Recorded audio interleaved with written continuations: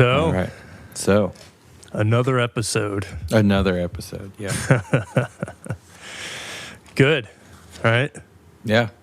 So Nietzsche going on to Shopenhaur as Educator. Yeah. One of his essays from his Untimely Meditations. Mm-hmm. So yesterday or the day before, you posted to Instagram a few little highlighted blurbs. And I went back to look today to see which blurbs they were. Because I saw that before I started reading the chapter. Okay. But, could you not find them? well, no, I couldn't. Your story wasn't available by the time. Oh, that's right. Yeah, I deleted them. Oh. I don't know why. Why? For a reason that we talked about before the podcast. Okay. I was just, but we don't have to get into it here. Yeah. But I don't know. I just didn't want anybody to read into them. They weren't weird, but yeah. I mean, anyway. So, Well, I posted one myself, but I did want people to read into it. Oh, you did? Yeah. No, but I'll say what they were. It's I didn't want one particular person to read into it for reasons that we talked about. But it wasn't anything bad. And I don't think they would have. It was just me being overly cautious as I do. Right. But it was, one of them was, well, I guess, should we summarize this real quick? Basically, he's talking about Shopenhaur as an educator, as his best philosophical educator, his being Nietzsche's. And basically talking about how the reason that Shopenhaur is great is because he was authentic and actually was truthful, one of the few truthful writers, and didn't just fall in line with the trends of his time. Yes. And delve deep into himself to find himself and live a heroic life. Right. But also a pessimistic life. I think it's like a pessimistic philosophy is what his can be called. Because it was about confronting the drudgery of life, whereas a lot of other philosophies talk about not confronting it and, spinning all these webs of, you could say, deceit. Right. But he's like, look straight into the void, essentially, of what existence is. Feel angry, and then, true greatness will come. And I think at the end of the section that we read, because we just read sections 1 through 4, and we can maybe read the rest, but we don't have to. We can decide at the end of this, but we might cover most of the important things. But at the end of the section 4, he has a quote that's talking about how, like, the ideal life to live is not a happy life; it's a heroic life. Right. There's no such thing as a happy life. All life is suffering. Right. And how very Buddhist of him. Yes. Yeah. Honestly. So anyway, that's a quick summary. That's interesting. And I guess to say, so Schopenhauer was I think he was a generation before Nietzsche. He was like end of the 18th century, beginning of the 19th century, a contemporary, or at least he overlapped with Goethe, and even, I believe, helped Goethe. I had even at a previous episode that we did, I misspoke and said Nietzsche worked with Goethe on a theory of color, but it was actually Schopenhauer worked with Goethe on a theory of color. I think I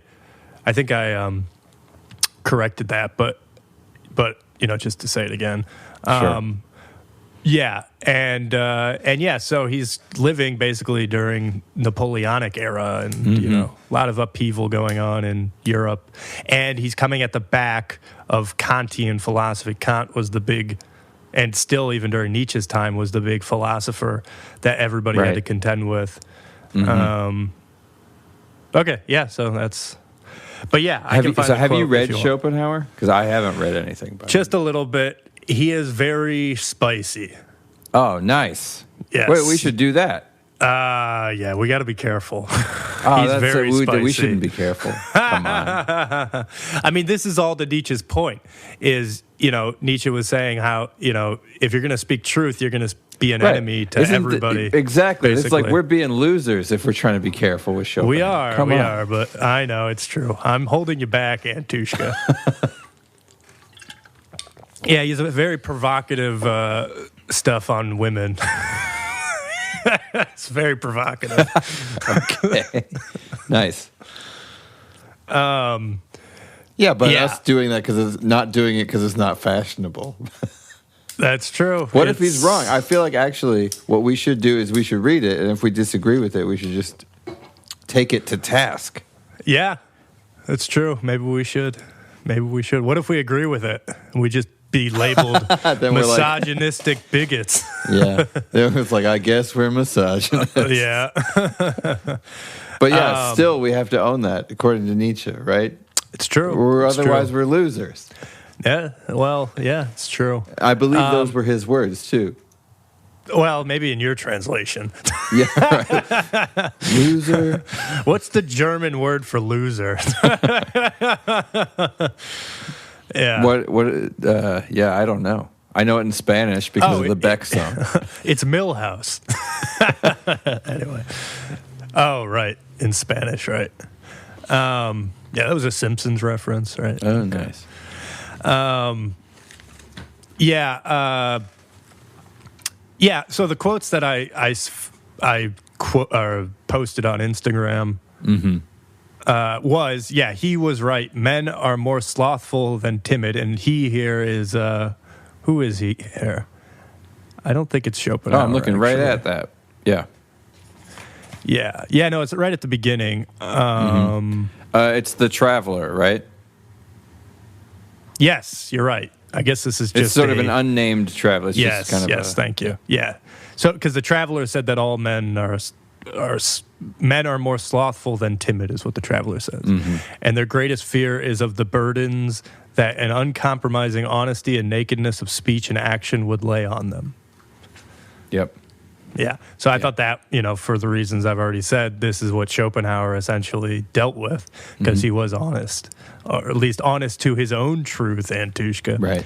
And then the other thing I put was later generations will greatly, and actually I'll be curious what how yours reads. So this is in the next paragraph about the center. And it says, later generations will be greatly disgusted when they come to treat the movements of a period in which no living men ruled, but shadow men on the screen of public opinion. And to some far posterity, our age may well be the darkest chapter of history, the most unknown because the least human. So I just thought that was interesting because, I would say that we've probably become even less human than his age, Right. Yeah, that's what I was thinking this whole time, is it's crazy to think of him writing this in 1870, because it feels like I get kind of a dualistic thought about that, and we kind of talked about it, I think it was last time, about how everybody thinks that they live in the worst time kind of a thing. Right. And so either, it was bad then, and now it's, a million times as bad, and he couldn't even imagine the hellscape that is our modern world, or he thought it, and Schopenhauer thought it, and I don't know, like Michelangelo thought it. Like everybody has the same idea, and perhaps things are changing less than we think they are, and everybody just thinks that it's reached some apex. Yes, I think that's true to a degree. I think it's also like you only know what you know. And so he was certainly, though, I think another reason I highlighted this section was because he was hitting on what he saw what our society was going to become. And he was talking about this, how it's like science at that time was beginning to take over as, you could say, the new religion in some sense, and reductionism, and he's talking about atomization and everything like this. And so this essay is really also a big critique of science. He calls at one point, he says science is, what does he say? Where is that quote? Science is an inhuman abstraction. It has taken over the universities and sort of given way to any sort of thought of morality and virtue. It's like everybody's sort of thinking reductionistically and trying to get at this sort of ideal truth that science is aiming for. But in doing that, it's turning its back on morality and virtue and sort of a lot of old world sort of, you could say, ways of thinking about things, and then of course this, you could argue, is what led to World War I and II, which was a big sort of outburst of industrialization and scientification of the world. I mean, mustard gas, all the nitrogen. I mean, you know, you had the discovery of how to isolate nitrogen gas in the end of the 19th century. The Haber process. It's very famous. I mean, if you take biochemistry and stuff, you'll learn about it.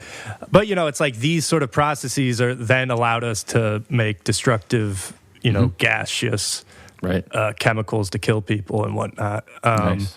It's interesting that you conceptualize World War I that way, as in the way I'm understanding you is it's sort of out with the old, in with the new in terms of new technologies and processes for war and destruction and things like that. Because I guess I conceptualize World War I as out with the old, in with the new, as in sort of the death of monarchy and the rise of democracy. I think it was that too, and I think they're kind of one of the same. Yeah, I agree. Because I see democracy as a highly destructive force. So. No, but it was, you know, again, I'm saying this as somebody in the science and medical field, right? Yes. But understanding... Yeah, I have lots of questions for you about that. Yeah, I mean, understanding its limitations, especially moral limitations, right? But yeah, no, I think that those are kind of one of the same, because it's like the monarchic way of thinking was a medieval / old world system. You know, you had, I mean, we read Locke, and it was all about the divine rights of kings. So there was God was wrapped into this. And then you move to, you know, the democratic revolutions, which are very much, I would say, come off the back of the empiricist and scientific revolutions that came after the Renaissance and the Enlightenment. And then converged into World War I, where... I mean, you know, so Nietzsche makes a lot of references to this about how there are these big nation states, everybody's rattling to destroy each other and stuff, and he's writing about this in the 1870s. Right. So he said it was going to happen, but in terms of when, you know, I mean, it was still another 40 years. But yeah, no, I definitely think that he saw where everything was going. And so a lot of this was a critique of the university system at his time, which was highly scientific and And you know, I guess, you know, he was making a critique, and you'll like this, of the state at the end of it, which was, you know, how saying people should not be. You ask people, and they're going out, and their ideal is to strive to be like a good citizen or a good professor or a good statesman, essentially. But it's like, really what you should be doing is you should be asking yourself, what's the point of existence, and all of these other questions, you know, kind of going inward rather than trying to be part of this bigger thing. The unexamined life is not worth living, man. Exactly, yeah. Yeah, and so, you know, he's using an example at one point about, you know, how if you wanted to become I think it was an orator or writer, you couldn't really do it well during his day, because there were no professors that would teach it well, because there is nobody teaching, I guess, the qualities that you would need, such as morality and virtue, as everybody had become reductionist and scientific in their thinking. And, you know, I guess just the old world way of thinking about things, maybe as a more holistic endeavor. He was talking about a painting at one point, of how you're trying to take the whole painting in, but then, you know, the people of the day are trying to study like the various colors in isolation and everything like that. He has an interesting point there about you won't understand the painting until you understand the artist. Which is a fascinating idea, because of all of our arguments that we get in today about separating the art from the artist. And and didn't we read about previously how he thought that the artist and art were separate? In Genealogy of Morals? Did he say they are or they aren't? I thought he was saying that you have to judge the art and the artist independently. He might have been saying that. I don't remember. I think he was, which is why. So there's a few interesting things to note, because Genealogy of Morals is a later writing. Mm-hmm. I think Genealogy of Morals is during the 1880s or 1890s. He wrote that. So he could have had changes in his thinking. Certainly one big change that I noticed, I don't know if you saw this, but he was actually saying how good Wagner was in this. Mm-hmm. Did you catch that? Yeah. Whereas, of course, later, like 15 years later, he doesn't like Wagner anymore because Wagner's become Christian and, Yeah. I think that this writing is more potent than Genealogy of Morals, to be honest. Yeah? I think that this and last week, I think that these have more juice in them. Yeah. Like reading them, I feel more excitement from him writing them. Mm. Well, but that statement about the separating the art from the artist, the quote here is, to understand the picture, one must divine the painter. And this is it's a little bit after the bit about the painting and going into the different, the colors of the paints. Mm-hmm. Yeah, I wonder what word they used in mine. I can't find it quickly, but I don't think they used the word divine. Because then it says after that, nowadays, however, the whole guild of sciences is occupied in understanding the canvas and the paint, but not the picture. Right. And then he goes on later to say that what a philosopher does who's understanding is standing back from the system and looking at the system from afar. Right. And what these scientists are doing is they're going in and trying to get into all the sort of the minutia and the details, which is interesting because I feel like we've had similar conversations specifically around neuroscience. But I think we had conversations like this when we were talking about doctors and things too, about the way to understand a process. Do you go in deeper and deeper and deeper and deeper, or do you stand back? Yeah, no, I mean, and this is why the brain is very interesting, because it's thought that each hemisphere is sort of attuned. You have two hemispheres in the brain, and each is attuned to better. You have one that's better at taking in more generalizable information, and another that's better at sort of honing in on stuff. Right. So it seems to me, as with basically everything, it's a mix of both.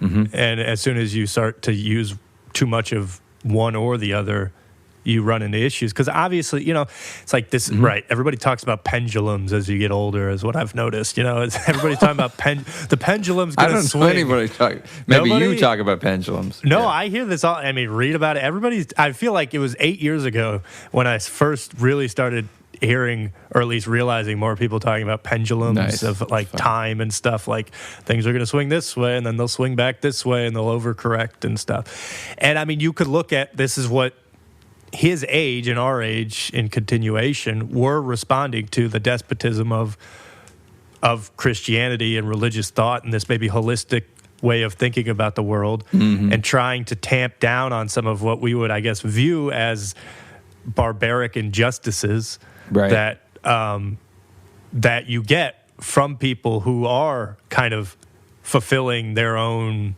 I guess, identity. Because this is the problem. And this is, I think, reading this in light of the fact that Foucault read it and was so into it too makes sense, because he was also very much saying how it's like you have to basically be okay with the insanity of people because, as Nietzsche puts in this, everybody has a genius within themselves that's sort of like just waiting to be unlocked.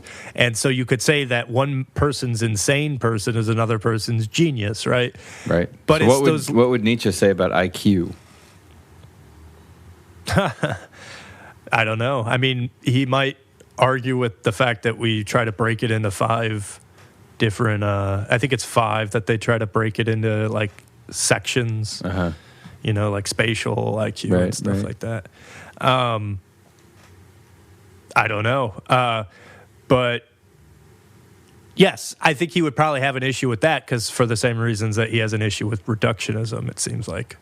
Yeah. I mean, I have a lot of issues with IQ. Not that I don't... I don't know. I think that the idea that everyone has a genius locked away inside them is a little bit lofty and romantic. Mm-hmm. But I don't necessarily think that's bad. What I like about these readings is I like Nietzsche's loftiness, and I like that he's talking about things, at least peripherally, from the perspective of beauty. Because there's an idea in a book I read a long time ago called Why Beauty is Truth. And I think that a few of the readings we've had so far, especially from the philosophy angle, kind of tie beauty and truth together. At least, I don't remember if we've read anything that says it explicitly like that. But I think we did somewhere. I don't remember where. But I'm trying to think. Is beauty as truth? Maybe from Foucault. Maybe. Yeah.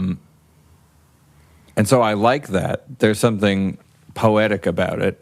And Nietzsche definitely seems to have a high opinion of artists, which is fun. But it's tricky because there's the side of liking it, and then there's the sort of the harsh science side of, the universe has no obligation to conform to what you want it to be. Mm-hmm.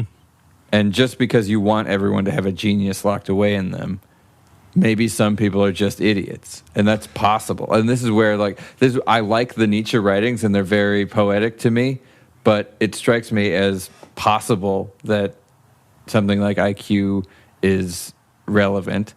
I still think that there's problems with... I think that there's a lot of assumptions embedded within the way we see IQ. But yeah, well, so here's that's kind an of a separate thing. Conversation. I think that he's not even talking about the intellectual quotient or whatever, Right. Like, I think he's talking about a more abstract definition of genius, and it's one that I'm trying to find the quote, but he talks about it as like genius is what creates culture. And he puts culture up as basically, it seems like a high goal that everybody should be striving for, create. Yeah, I had a question by this because I didn't really get what he meant by culture. It seemed sort of circular or something. Yes, I mean, and it seems sort of different than what I think of as the word culture. Well, I take culture to mean basically like art and religion and stuff, honestly. Like the things that are not, you could say, the subjective things in a society that are made that sort of enliven higher ideals. So when I was like my first semester of college, I took a cultural anthropology class, and the definition they gave us in that class kind of stuck with me. And I don't know if it's a good definition or not, but at least I've remembered it for years. And it was, culture is the stories we tell ourselves about ourselves. Yeah. Yeah, I mean, maybe. And I should say I was a little bit wrong here. So here's the exact quote. With all their cleverness are no aid but a hindrance to the beginnings of culture. These are the so-called educated, are a hindrance to the beginnings of culture. Mm-hmm. The learned. And the blossoming of genius is the aim of all culture. That's what the quote was. Right. The blossoming of genius is the aim of culture, I guess. Yes. And then at the end of section 1, he has a little bit of a definition because he says culture is liberation, the removal of all weeds, rubble, and vermin that want to attack the tender buds of the plant, an outstreaming of light and warmth, the gentle rustling of nocturnal rain. It is imitation and worship of nature, where nature is in her motherly and merciful mood. I mean, like, he's like a poem. I don't get it. Like, if you say what... Yeah. You put it in a dictionary, I got no idea. Right, which is, it's I think, liberation. Again, like, you could see how Foucault got his... where he got some of his influence, right? Can you read it again? Yeah. So, culture is liberation. That's how it starts. Yeah. I don't know what your translation... It's the second to last paragraph in section 1, but... Culture is the end of that paragraph. Because it's kind of a long paragraph. Culture is liberation, the removal of all the weeds, rubble, and vermin that want to attack the tender buds of the plant. An outstreaming of light and warmth, the gentle rustling of nocturnal rain. It is imitation and worship of nature where nature is in her motherly and merciful mood. It is the perfecting of nature when it deflects her cruel and merciless assaults and turns them to good, and when it draws a veil over the expressions of nature's step-motherly mood and her sad lack of understanding.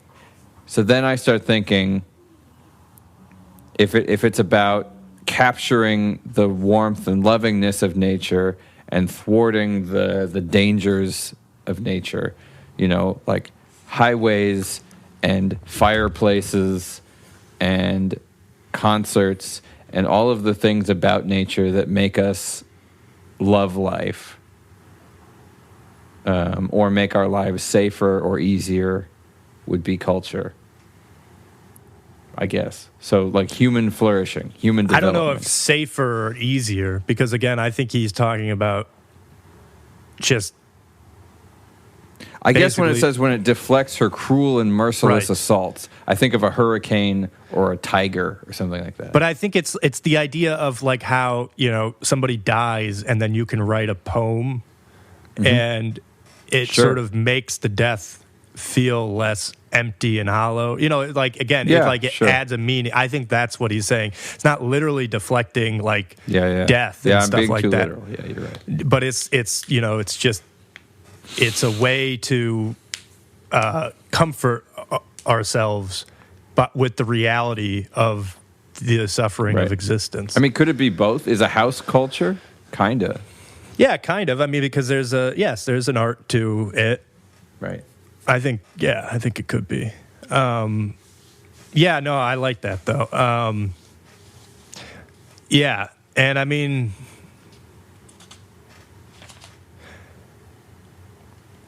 it's interesting. I mean, so he puts a lot of emphasis on sort of philosophical attributes to have if you want to enliven. I keep using enliven ideals, but basically, if you want to live a heroic life, a heroic life, and it seems like, and he puts them in reference to the three dangers that Shopenhaur has to confront. One is the danger of isolation.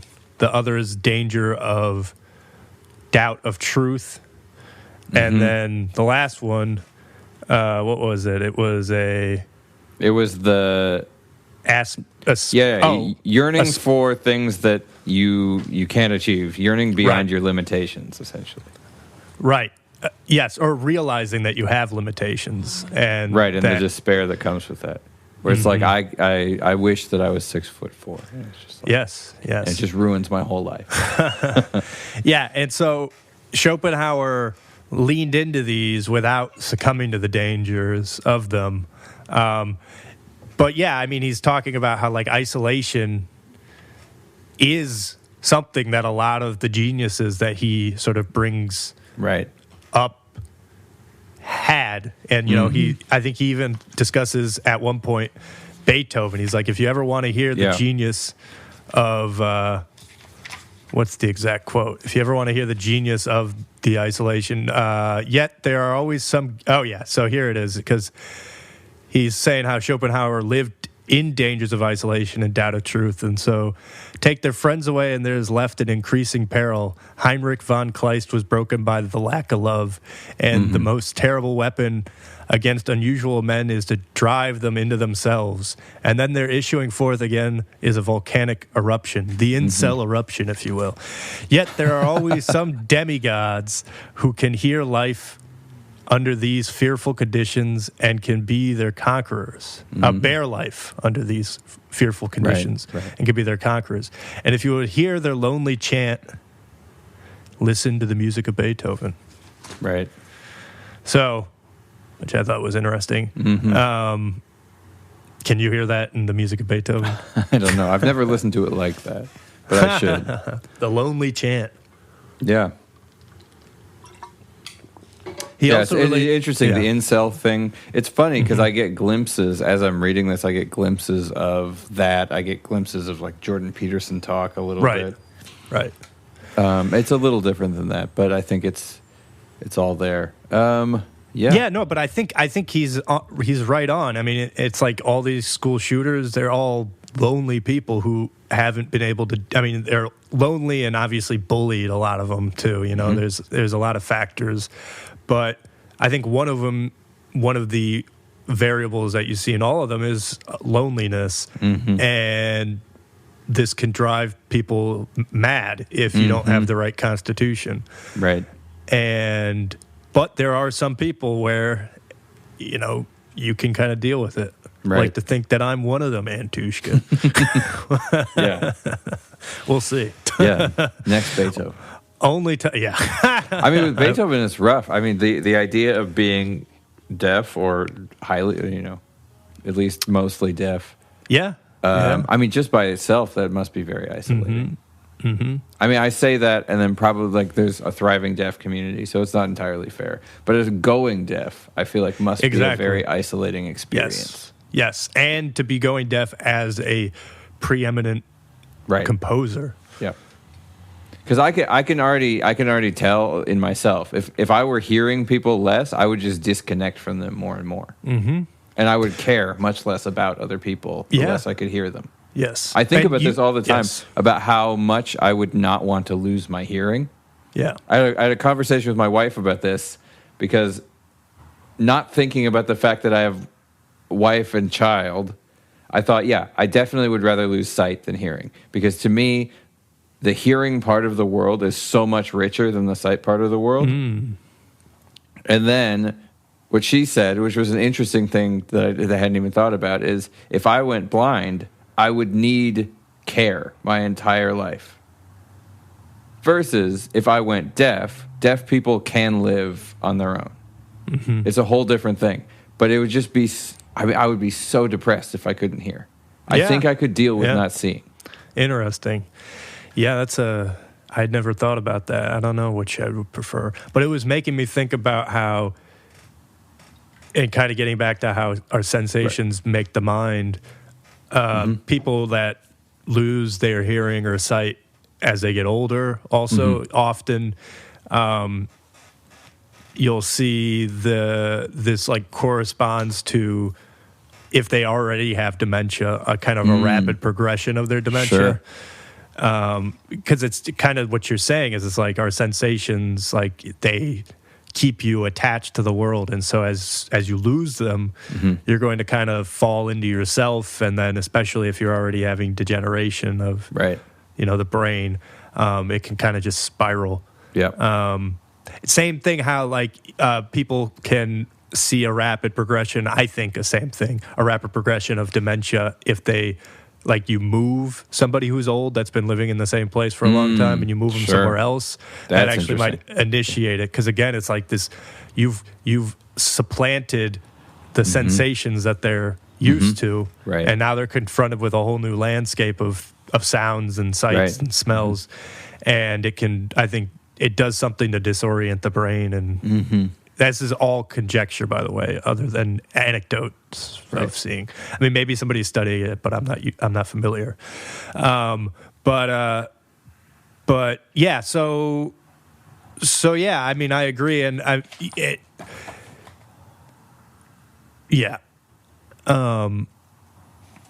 guess the whole thing that he keeps coming back to, and this is why I was saying, we can probably read the second half. I think it would have some fruitful stuff, but we don't have to, because I think the main thing about this, though, that the main point that I wanted to take away from it is this interesting idea of, and that he starts out with, of how most of us, we would rather live, and myself included, right? It's easier to live a life of where you're not completely truthful. You're not speaking all of your truth. But would you rather? So, yeah, I agree with you, but there's a part of me always that I don't know, is driven crazy by that. It isn't a rather. Yeah. It's maybe I would rather in this moment to get along, but there's a part of me that hates it. And I'm like mad about it, and I'm mad at myself. Yes. Well, it's this question. I think if you take the assumption that Shopenhaur and Nietzsche take, which is that life is suffering and you'll never really have a happy life, it's kind of, then yes, it does make sense that you should just speak your truth, because life is going to be uncomfortable anyway, so might as well have it be a truthful life. I think that makes sense to a point. Yeah, exactly. But it's like, how uncomfortable do you want your life to be? Exactly. And, it's like, I don't actually know a lot about Schopenhauer's life. I know that he lived pretty long, though. Mm-hmm. And I don't think he ever, saw any jail time. But maybe he did. I just don't know. But this is the thing. I mean, Nietzsche's life ended in despair because he was locked up in an insane asylum, and this is an insane asylum in the 19th century. So, I mean, these are when you were beating patients and stuff. So I mean, I don't know. It's tricky. So if I think of an example that is not as far as being beaten in an insane asylum, I don't know. So I recently had an interaction with somebody, and it was this weird thing. And part of the reading that reminded me of it was the bit about cheerfulness. As a way of speaking truth with an air of courageousness and cheerfulness, and there's a few other aspects to that passage in here that I don't remember. But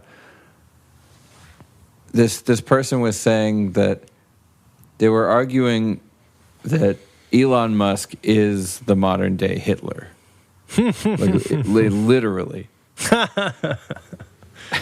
It struck me as such a funny thing to say.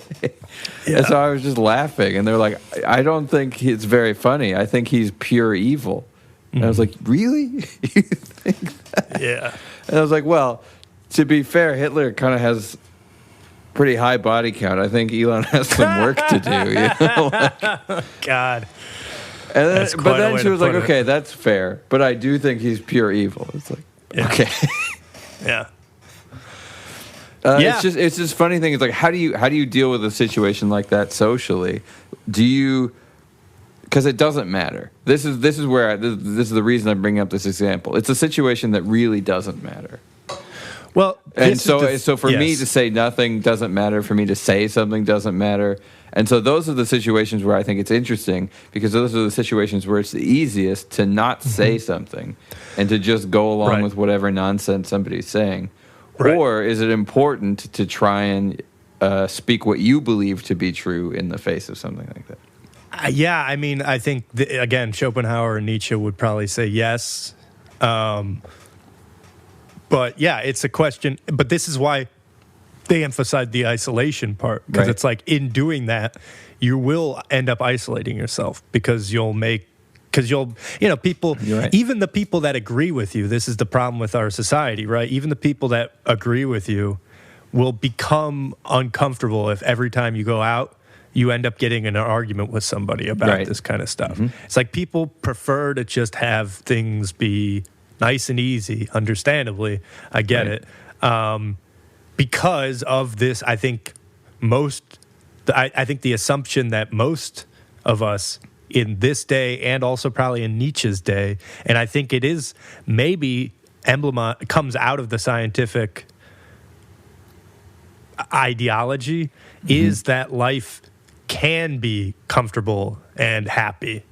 And that because this is what science is all about doing. It's all about trying to overcome the burdens of life, whether it's medicinally or through technology to make our day-to-day easier with machines. It has all been in pursuit of making things easier than they once were.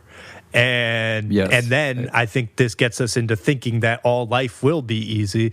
But the reality is, as if we live long enough, we're all going to face adversity, whether it's adversity from the outside or adversity from our own body as it starts to break down. Right. And I think this is the reality that Nietzsche and Shopenhaur are saying. Everybody should just be understanding this from the get-go, because it's like there is no escaping it. And I think about this too. I mean, there is no escape. Even if you have the most cushy life that you could ever think of, there will come a time where you will, if you live long enough, you'll be in a hospital bed and there'll be tubes in you and you'll maybe have a catheter, and it's like, it's going to be uncomfortable. And honestly, if you haven't dealt with a lot of adversity, it's going to be probably even worse than somebody who, is used to just the suffering of life. As funny side note, a pet peeve of mine is when doctors say it's going to be uncomfortable. And what they should say is it's going to hurt. Yes. Well, some of them I think do, but yeah.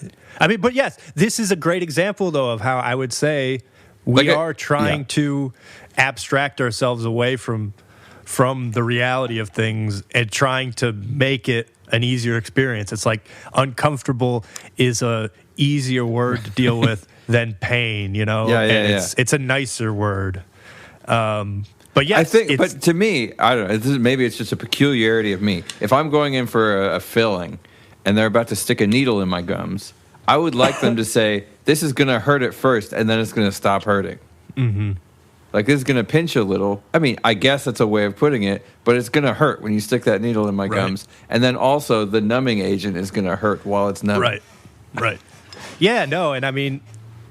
And I think this is how we've rationalized ourselves into saying that suicide is like we can sort of do this on a national level, like they're doing in Canada, where you can have a state-assisted suicide now in some places. Yep. And I think it's this idea that it's like, well, if life really is so bad for you that you just want nothing else but it to end, then it is our job to help you do that in a very comfortable way. So yeah, I mean, I think he makes a lot of good points here. And to your point about potency, I think you're very right, because these are things that I think about too. I mean, think of all the atrocities that we do in the name. Oh, hang on, never mind. It's fine, but even something like suicide, it's a funny. I hate that word. Because to me, it's a little bit like an old George Carlin bit of, I don't remember if we've talked about this on the podcast. It's a bit that goes around a lot, but it's about euphemistic language. And he talks about what used to be called shell shock. Right. Ends up through various euphemistic forms to post-traumatic stress disorder. Yeah. It's got a hyphen. There's no feeling at all in that term. And I think something like suicide, especially if you say commits suicide, it's such a clinical thing. And I'm very on, killed themselves. It's just I don't know. I understand, suicide is self-kill. I understand that that's what it means. But well, we don't even say commit suicide anymore. It's unaliving. That's God, I've never heard that. That's the politically correct. I think it is. That's awful. Is that? Wait, I think it's awful. I think that word should be drenched in feeling. Let me that the term this for up that for suicide.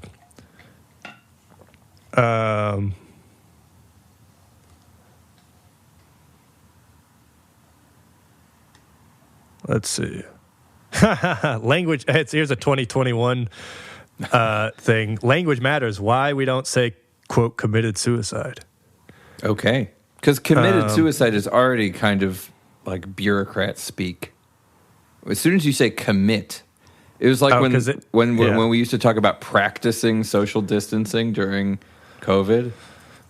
Let me ask ChatGPT. Nice.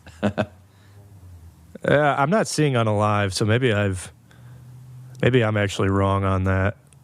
I mean, I buy it. I buy that some people are saying it. I haven't heard it. Like, I'm not aware of it catching on, so to speak. This is some good radio right here. Sorry, yeah. You're right. Yeah, I think it's... I don't know if it's necessarily politically correct, actually, now that I read about it. I think it's that people are using the word unaliving because it's like suicide would get flagged by like TikTok. I see. It's one of those like... Yeah. Like what I've noticed is if you want to say white people on, you use, I think, WYTE. yeah, all the weird workarounds. Yeah, exactly. I mean, that's a whole other linguistic thing going on. I mean, it's kind of neat, right? But yeah, no, I don't remember all the ones during COVID. There was one for vaccines. They used something else. I don't remember. Vacations. That's what it was. Vacations instead of vaccinations. Oh yeah. Yes. Yeah, to avoid censorship, basically. Right. Yeah, exactly. So I think that's probably what it was from. But yeah. So 2 questions I have for you. Uh-oh. Back to the reading. So right at the beginning of the first section, he has a little bit about artists that I highlighted. He says, artists alone hate the sluggish promenading in borrowed fashion and appropriated opinions, and they reveal everyone's secret bad conscience. The law that every man is a unique miracle. They dare to show us man as he is, uniquely himself, to every last movement of his muscles. More, that in being thus strictly consistent in uniqueness, he is beautiful and worth regarding and in no way tedious. So personally, I love all this praising of artists. It's lovely, and it makes me think of what I think comedians' social function is poking holes in this idea of revealing everyone's secret bad conscience. And I think a lot of comedians are really good at doing that. I remember that when Louis C.K. was popular, I feel like that was one of his best traits, is he would do it on himself. He'd point out what a douchebag he was about something. But really, it was sort of allowing everybody to embrace that honesty of like, oh yeah, I do shitty stuff just like that. So that revealing of people's bad conscience. And then also on the other side, reveling in the beauty and uniqueness that each individual person is.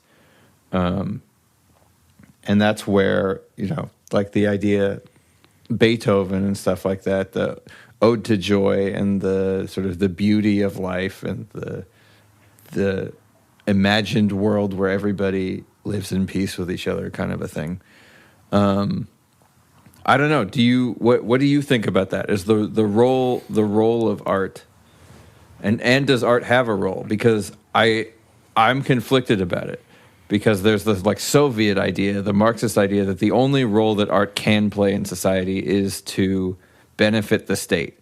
So art like Schoenberg or Brahms or any composer that was composing for their own sake is doing something bad. And I know artists like this now.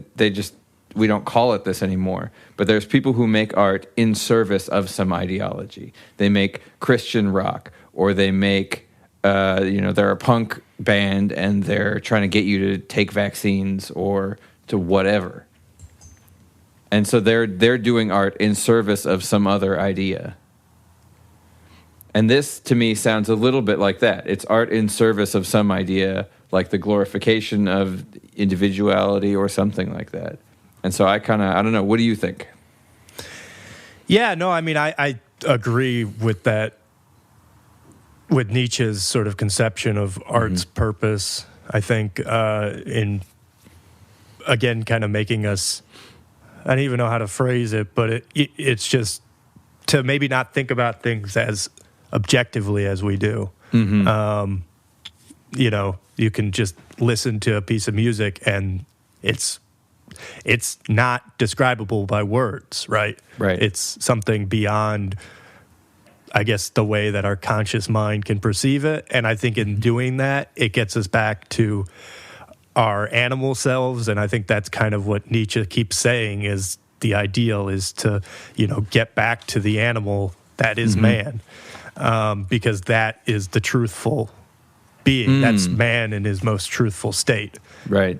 And then so to your second part, then I think that, I don't think you need something to create art for, right? I think,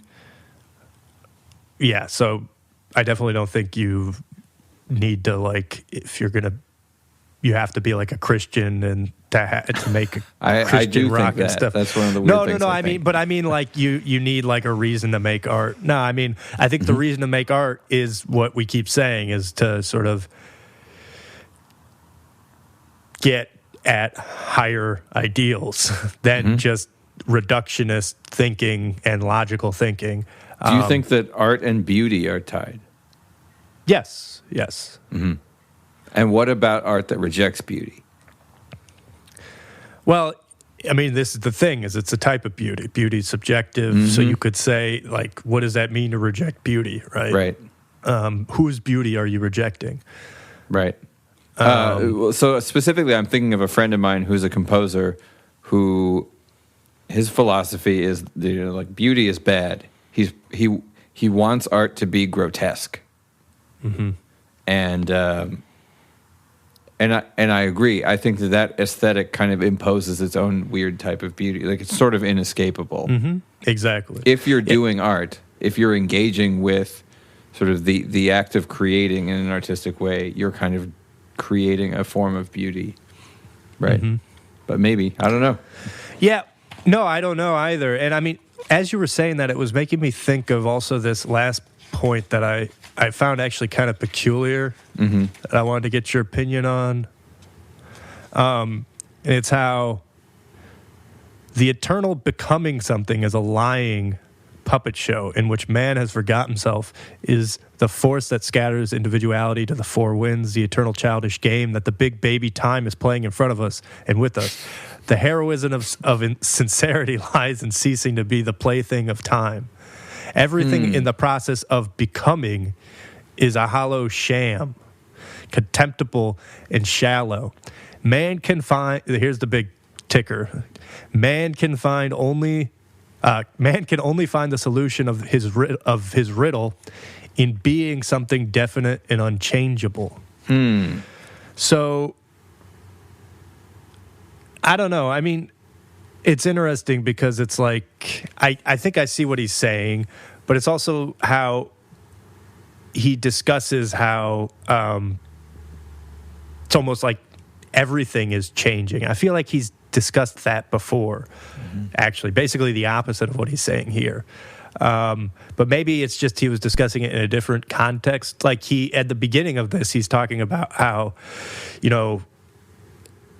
we're only going to be this representation for a brief period of time. And so it's kind of realizing that is when you can start to unlock what you are, and you can really start to ruminate on that. And that goes into the whole pessimistic philosophy that Shopenhaur is talking about. Right. It's confronting the realities of life. And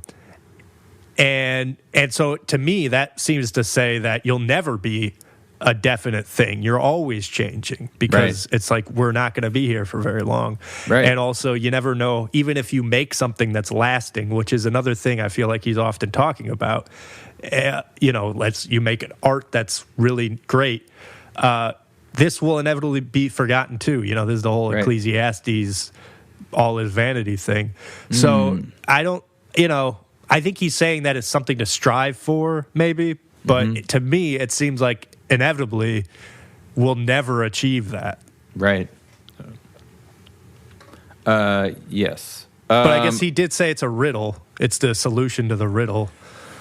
So yeah, I mean, it's the becoming versus being is an interesting.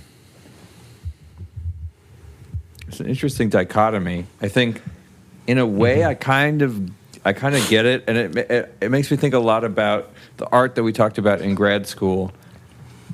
Process art, and I think that there's a lot of contradictions, maybe in Nietzsche and in all of these things, and I think that there's an inherent contradiction in our understanding of time, because we feel as if we are being, but our life is a process, or at least from our understanding, we have from both consciousness. We have both understandings simultaneously. Maybe that's it. Actually, it's again. He's talking because what's being versus becoming. Being is the present. Becoming is like the future or the past. It's like you have to have the future and past to become. Right. Whereas being is just the present. And so this goes back to what he's always saying in Genealogy of Morals about how, and getting back to the animal man is the unconscious man in some case, the unhistorical person. The animal man is, and the human man is a process or something. Yes. Yeah. So I think that might be it. Thanks. Nice. Yeah, no. What'd you think overall? I thought it was great. Yeah. This is my favorite one so far. Yeah, you said that last week. I think last week was my favorite Nietzsche. This might be my favorite reading. Really? I like the Rosewalder Lane a lot, too. Yeah. That's also, I love Murray Rothbard's Anatomy of the State. I know you didn't like that one. I think it's like the best. Yeah. No, it was fine. It was fine. I'm just being, contrarian. I think this is definitely the best writing, partially because I feel like it has so many internal contradictions. Yeah. That feels very truthful to me. Yeah. Well, honest. Maybe not true. Honest right. is maybe better than truthful. Yeah. Do you want to finish it then for next week? Sure. Yeah. Okay. That works. Yeah. Let's keep on going. And then we'll go to something that you choose for the next 3. Sure. And then if you want, after that, we can do the Antichrist.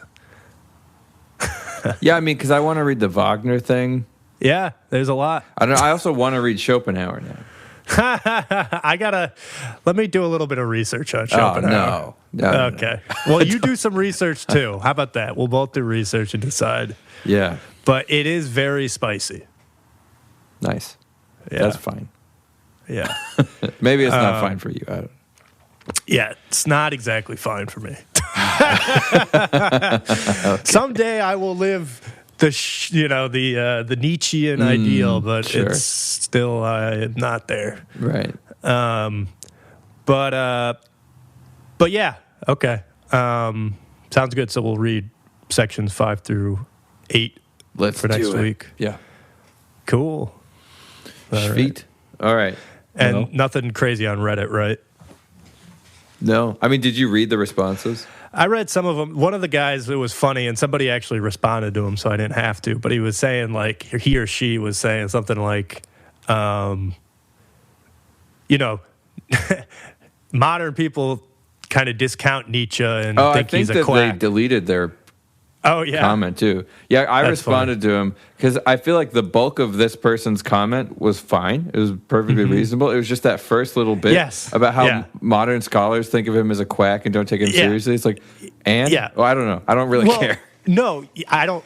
Yeah, but also, that's not true at all. Right.